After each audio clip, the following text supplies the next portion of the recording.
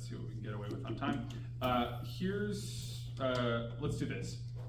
Whichever of the things that you wrote that you are the proudest of, that's the thing that I want you to read. Whatever you feel the best about. So let's. How many people are used to giving feedback on each other's work?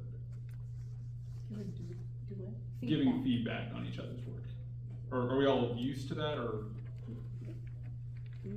Okay, so just for the sake of time, the way that I usually have a long conversation about like how I like people to talk about each other's work, because I've been in situations where people get really defensive and I want to avoid that. So for the sake of time, the two kinds of feedback that I think are really useful are what's working here, what you can lean into, and what are opportunities to go in different directions. What are the things that you can do to make this the best version of itself?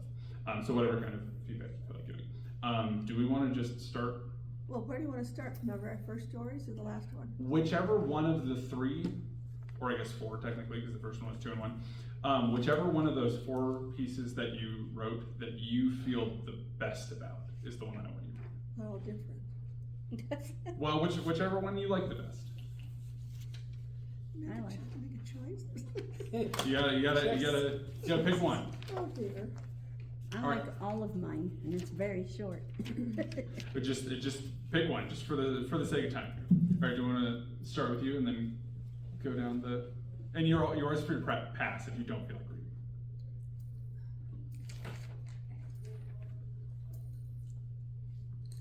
And we might not get through everyone just because I know we are having a time. So the first one was to do something, and then the second time was to imply it, right?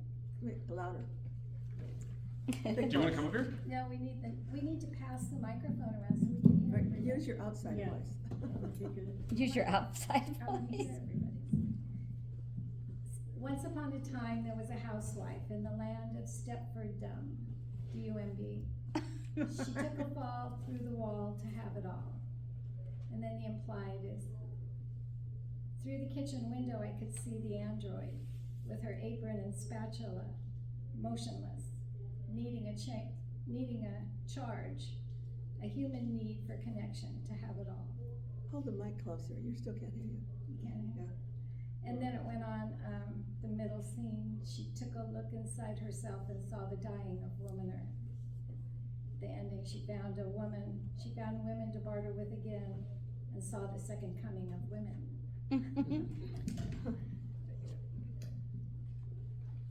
Well, I just have my quick story. I don't know what to read or not read. If it's short enough, just read what you've got. Okay. Yeah. Alexa got along quite well with the 11-year-old girl and 7-year-old boy that she often entertained. 11-year-old Sasha and 7-year-old Timmy enjoyed Alexa's music, jokes, etc., and being kept busy with her until one day. Their parents were busy remodeling the house, so they would often go to her to answer their questions and keep them occupied. One day, the kids were bored and asked Alexa to tell them jokes. After a while, Timmy grew bored and cranky.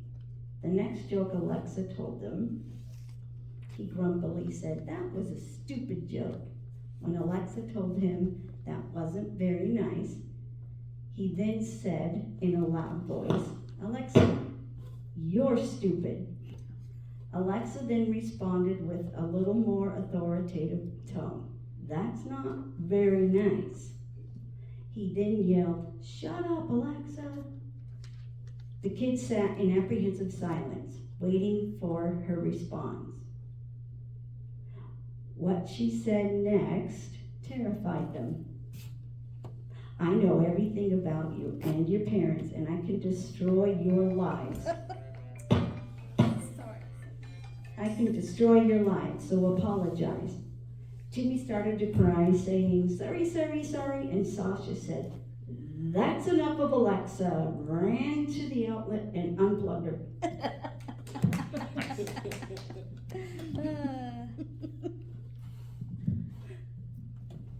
That's a Okay, that was really good. It's a true story. This one, Yes, I do. Dr. Felix Morrow wanted to crack the genetic code of a human.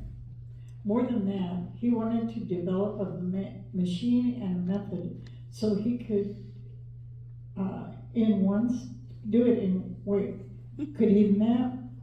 so he could map an individual's complete DNA in one simple step. That was my beginning, that was what I. Got it. So this is, you, Yeah, this you're is, good. this is, I've been working on something called, with the title called Just Call the Junk Man. And the way it is now, it's, the implied version. Yeah. It's this guy who's living in a lot of clutter. And then, but this is the more direct one. Ted read in the Spokesman Review that Marguerite Magnusson had died. She was the author of The Gentle Art of Swedish Death Cleaning, who, along with Marie Kondo's books on decluttering and tidying up, had transformed the lives of millions and expanded the inventory of thrift shops around the world. Ted thought this was the most stupid idea he'd ever heard, and he planned to live his life accordingly. Mine's a little longer, 2 paragraphs? Go for it. All right, Here, you want to use the microphone? okay. I could probably talk loud, but I will use it. All right. I had been searching with 2 friends for a hidden tunnel nearby in a wooded area. We had a great adventurous summer and found all kinds of treasures, but couldn't find the mysterious tunnel that we'd heard about.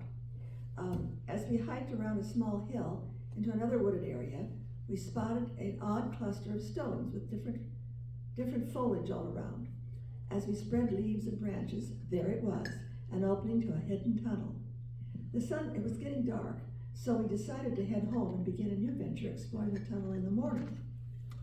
It was a bright, sunny morning the next day as I met with my friends next door.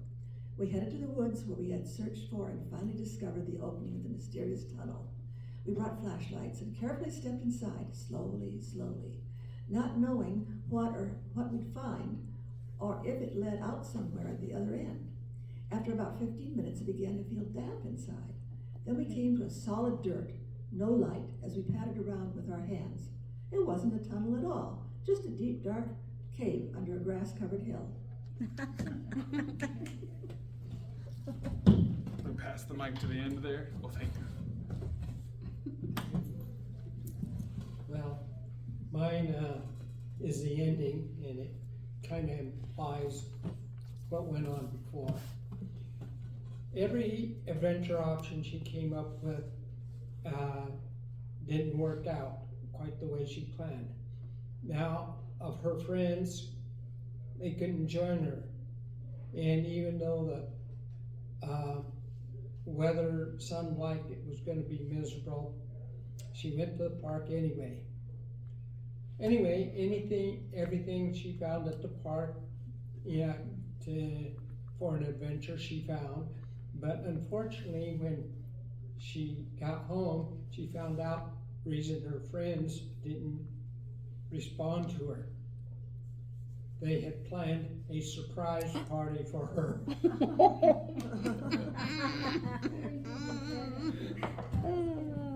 All right. Cool. Thanks, everybody. So before we close out here, because this is the, yes, thank you. Before we close out here, because this is the way that I always like to talk about people hearing each other's work, what did you hear that you felt like you could steal from other people's writing? Steal? Yeah.